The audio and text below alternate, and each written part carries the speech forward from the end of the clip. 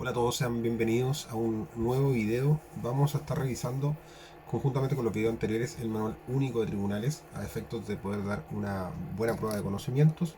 Y habíamos quedado ya en el procedimiento ejecutivo. En el video anterior habíamos revisado todo lo que corresponde al procedimiento ordinario civil de mayor cuantía que aparece en el manual. En el procedimiento ejecutivo tenemos que tener en cuenta que es un procedimiento contencioso por el cual se persigue el cumplimiento forzado de una obligación que consta de un título fehaciente indubitado. Este juicio mantiene dos procedimientos paralelos y simultáneos. Uno, el juicio ejecutivo mismo, donde se discuten las excepciones, donde el cumplimiento de la obligación se ve, y el otro llamado al cumplimiento o llamado el cuaderno de apremio, donde se tramita el embargo, es decir, donde se realizan los bienes que el deudor tenga y que por tanto, una vez que se condene, una vez que se sentencie que se debe el dinero o se debe dar o hacer algo o no hacer algo, se lleva a cabo. Hay tres clases de juicio ejecutivo. El juicio ejecutivo de obligaciones de dar, que está en el título primero, libro tercero del Código de Procedimiento Civil, artículos 434 al 529. Luego tenemos el juicio ejecutivo de obligación de hacer, el título segundo, el libro tercero, artículos 530 al 544, y el juicio de obligación de no hacer, que estaría en el artículo 530 también al 544. Presupuesto de la ejecución forzada. Para obtener el cumplimiento forzado de la obligación en el juicio ejecutivo es menester que se cumplan los siguientes requisitos. En letra A, que la obligación cuyo cumplimiento se busca consta en un título al que la ley le atribuye el carácter o mérito ejecutivo, que la obligación sea actualmente exigible, que la obligación sea líquida, es decir, que esta obligación se encuentre determinada, ¿no es cierto?, sobre la especie o cuerpo, ¿cierto?, en que recae, y si no es así, por una evaluación que se debe hacer en caso que la especie o cuerpo, ¿cierto?, no se encuentre en poder del deudor, y también que la obligación esté determinada en las obligaciones de hacer y sea susceptible de convertirse en las obligaciones que sean de no hacer. Y finalmente, que la acción ejecutiva no se encuentre prescrita. En cuanto al título ejecutivo, es un documento al cual la ley le atribuye la suficiencia necesaria para exigir el cumplimiento forzado de una obligación que consta en él. Solo la ley puede crear títulos ejecutivos y estos están taxativamente enumerados en el artículo 434 del CPC y en leyes especiales. De esta manera se establece el artículo 434, que son títulos ejecutivos los siguientes. Número 1, la sentencia firme, bien sea definitiva o interlocutoria. Para que la sentencia tenga el mérito ejecutivo es necesario que esté firme. Se entiende que se encuentra en ese estado cuando no procede recurso alguno en contra de ella y o procediendo estos sean resueltos o no se han hecho valer dentro del plazo legal. Es necesario que esta sentencia contenga una obligación de dar, hacer o no hacer. También, número 2, la copia autorizada de escritura pública son aquellas copias autorizadas por un notario o un archivero judicial. Número 3, el acta de venimiento pasa ante tribunal competente y autorizada por un ministro de fe o por dos testigos de actuación. Número 4, el instrumento privado reconocido judicialmente o mandado a tener por reconocido. El instrumento privado adquiere el mérito ejecutivo cuando ha sido reconocido judicialmente o cuando ha sido mandado a tener por reconocido. Sin embargo, la letra de cambio, el pagaré o el cheque cuya firma aparezca autorizada por un notario o por el oficial del registro civil en las comunas donde no tenga asiento su notario, tendrá mérito ejecutivo sin necesidad de reconocimiento previo. El reconocimiento se consigue a través también de una gestión previa que se denomina diligencias preparatorias de la vía ejecutiva. Número 5, la confesión judicial. Número 6, cualesquiera títulos al portador o nominativo legítimamente emitidos que representen obligaciones vencidas y los cupones también vencidos de dichos títulos, siempre que los cupones confronten con los títulos y estos, en todo caso, con los libros talonarios. Número 7, cualquiera otro título que las leyes den fuerza ejecutiva. Por ejemplo, acá tenemos la cuarta copia de la factura, los acuerdos de una junta ordinaria de comuneros en una comunidad, de agua sobre gastos, fijación de cuotas, el certificado de deudas de gastos comunes autorizado por el administrador, etc. Luego, el segundo requisito, habíamos dicho que la obligación actualmente exigible, es decir, que la obligación cuyo cobro se pretende no debe hallarse sujeta a ninguna modalidad, condición, plazo o modo, y de estarlo debe acreditarse fehacientemente que la modalidad sea cumplido a favor del acreedor. Que la obligación líquida determinada o convertible, si la obligación es de dar, la deuda debe ser líquida, esto es, debe recaer en la especie o cuerpo cierto. Si no es habida la especie o cuerpo cierto en poder del deudor, debe hacerse la evaluación. También es una gestión previa de la vía ejecutiva. Si la obligación es de hacer, la deuda debe ser determinada, es decir, se debe conocer exactamente en qué consiste la prestación del deudor sin margen a segundas interpretaciones.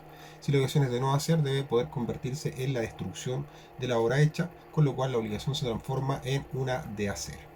La acción ejecutiva no prescrita, finalmente la regla general es que el título ejecutivo prescribe en 3 años, contados desde que la obligación contenida en él se hizo exigible, así lo preceptúa el artículo 2514 y 1515 del Código Civil. Sin embargo, otra particularidad es que la acción ejecutiva prescrita subsiste por otros 2 años como ordinaria.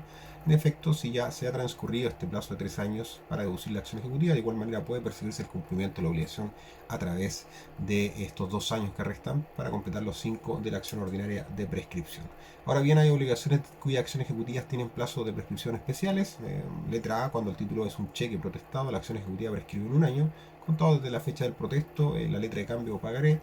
El plazo de prescripción también es de 1 año contado desde la obligación que se hizo exigible, y la cuarta copia de la factura también prescribe en 1 año contado desde el vencimiento.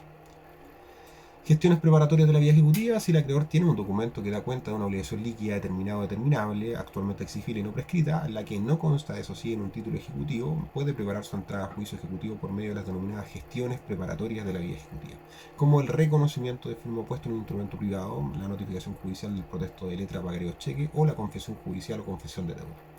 En cuanto a las etapas del juicio ejecutivo, la tramitación del juicio ejecutivo se lleva en 2 cuadernos particulares, lo habíamos dicho, el cuaderno principal y el de apremio, que se conservan juntos en la causa y se tramitan en paralelo. En el cuaderno principal consta la demanda, las excepciones o ejecución opuestas al deudor. El cuaderno de apremio, en tanto, contiene todas las gestiones destinadas a obtener la realización de los bienes. La tramitación de cada cuaderno se sigue en las siguientes etapas: cuaderno principal, la demanda, las excepciones, la admisibilidad o inadmisibilidad de las excepciones, recepción de la causa a prueba, término probatorio, plazo para formular observación a la prueba, sentencia definitiva y recurso. En el cuaderno de apremio, mandamiento, ejecución y embargo, requerimiento de pago, embargo, entrega al depositario de los bienes, realización de los bienes embargados, consignación del valor, liquidación del crédito de las costas y el pago de la acreedor.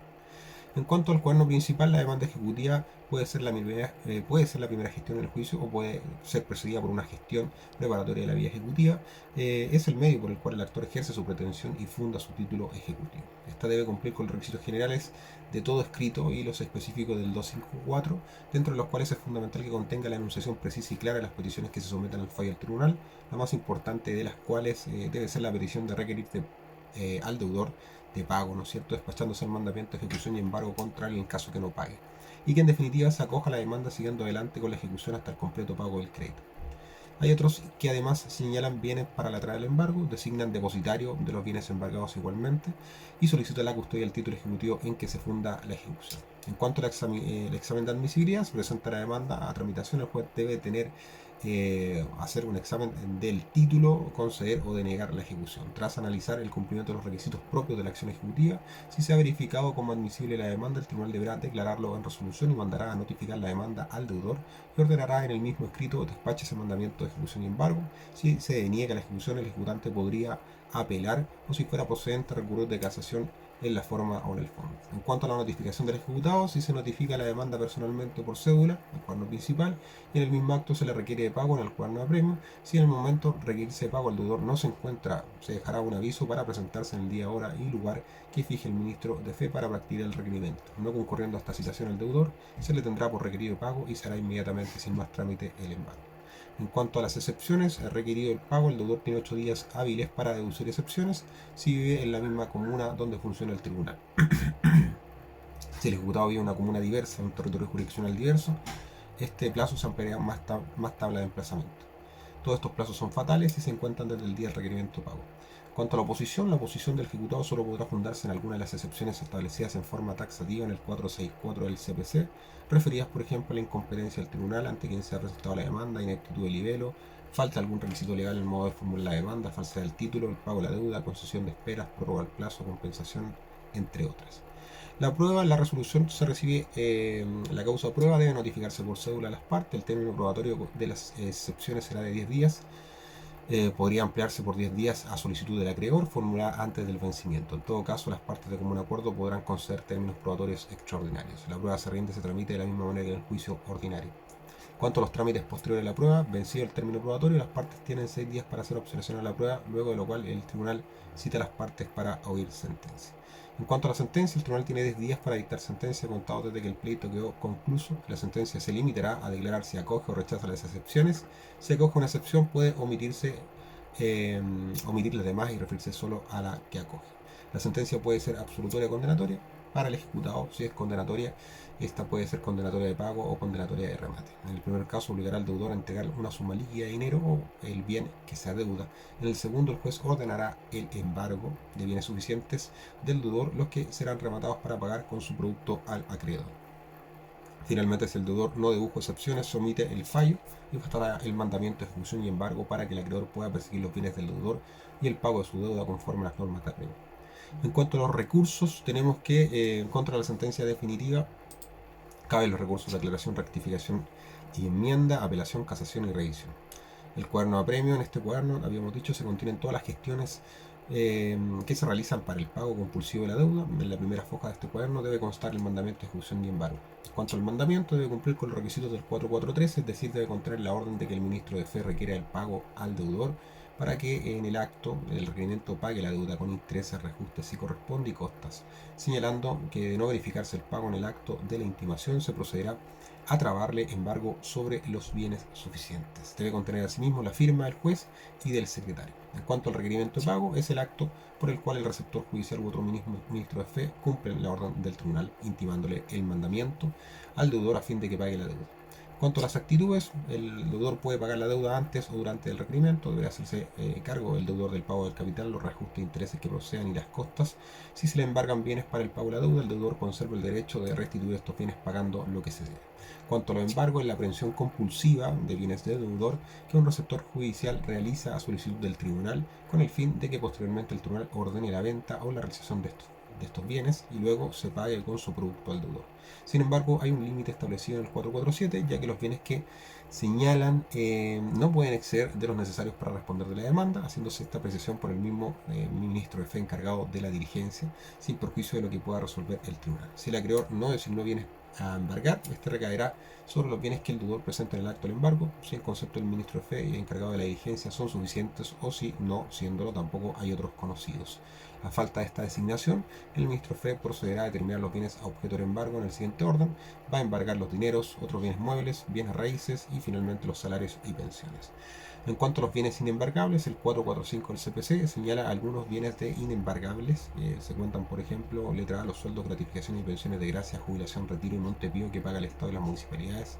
Letra B, las remuneraciones, pero son embargables la parte que exceda a 56 UF de los empleados y obreros, las pensiones alimenticias forzosas, los libros relativos a la profesión del deudor, las máquinas e instrumentos que sirve el deudor para la enseñanza, ciencia o arte hasta dicho valor, los objetos indispensables para el ejercicio profesional del arte, oficio de artistas, artesanos, obreros, fábricas y los aperos, animales y la labor y material de cultivo necesarios para el labrador, el trabajador de campo, algunos utensilios también caseros de cocina, artículos de alimento, entre otros. Forma de efectuar el embargo se tendrá hecho por la entrega real o simbólica de los bienes al depositario que se designe, aunque éste deje la especie en poder del mismo deudor. El deudor no concurre a la vigencia o si se niega a hacer la entrega al depositario, procederá a efectuar el ministro de fe, para lo cual, cuando haya fundado temor de que la orden sea desobedecida, podrá solicitar el auxilio de la fuerza pública. En cuanto a los efectos del embargo, los efectos respecto del ejecutante, el embargo le da derecho a pagarse con el producto resultante de la realización de esos bienes, pero no adquiere en ningún caso derechos de dominio, de disposición ni preferencia sobre los bienes. Letra B, efectos sobre el ejecutado. El efecto del embargo será la privación del derecho a administrar los bienes embargados, derecho que adquiere el depositario y pierde asimismo el derecho a disponer de los bienes, ya que los bienes embargados salen del comercio humano y de cualquier acto de enajenación constituye objeto ilícito según lo establecido por el artículo 1464 número 3 del Código Civil. En cuanto a las situaciones especiales, también existe la ampliación del embargo, que sería trabar embargo sobre nuevos bienes luego de haberse efectuado un embargo previo ante la insuficiencia de los bienes para cubrir el total de lo adeudado. Puede el acreedor también pedir la ampliación del embargo en cualquier estado del juicio siempre que haya justo motivo para temer que los bienes embargados no basten para cubrir la deuda y las costas. La ampliación también se pide siempre que haya una tercería dentro del juicio. En cuanto a la reducción del embargo, la reducción del embargo consiste básicamente, por el contrario, en alzar el embargo sobre determinados bienes en los que a partir del alzamiento quedan excluidos. La reducción del embargo ocurre cuando los bienes embargados exceden de los necesarios para cubrir el total de la deuda. Sustitución del embargo consiste en el reemplazo por dinero de un determinado bien embargado y no puede sustituirse el embargo cuando éste recaiga sobre la especie objeto de la ejecución. La sustitución puede ser parcial, total o total, y en este último caso significa el término del juicio ejecutivo. También existe la exclusión del embargo, consiste en el alzamiento del embargo respecto a los bienes inembargables cuando por error de este se ha trabado sobre alguno de ellos. En este caso el alzamiento se decreta a sola solicitud del deudor. La cesación del embargo también en este caso se alza íntegramente el embargo, lo que se puede decretar cuando el embargo sea sustituido íntegramente por dinero, lo que equivale al pago total de la deuda de las costas. El reembargo ello ocurre cuando se traban dos o más embargos sobre un mismo bien de propiedad del deudor en virtud de diversas ejecuciones iniciadas en su contra, lo que suele ocurrir cuando el deudor acumula, ¿no es cierto?, deudas con distintos acreedores y sus bienes no alcanzan a cubrirlas todas. En este caso, si no se justifica derecho preferente para el pago, el producto del remate se distribuirá entre todos sus acreedores proporcionalmente al monto de los créditos que se hagan valer. Por lo tanto, en este caso de reembargo se producirá la figura de la tercería de pago. En cuanto al depositario, dijimos que es el encargado de la custodia y administración de los bienes embargados, puede ser provisional y un depositario definitivo. Por regla general, el depositario provisional será el deudor, salvo que el ejecutante haya designado a un tercero en la demanda o que el ejecutante haya pedido, ¿no es cierto?, que no se designe depositario. El depositario definitivo es el nombrado por las partes de común acuerdo en audiencia verbal.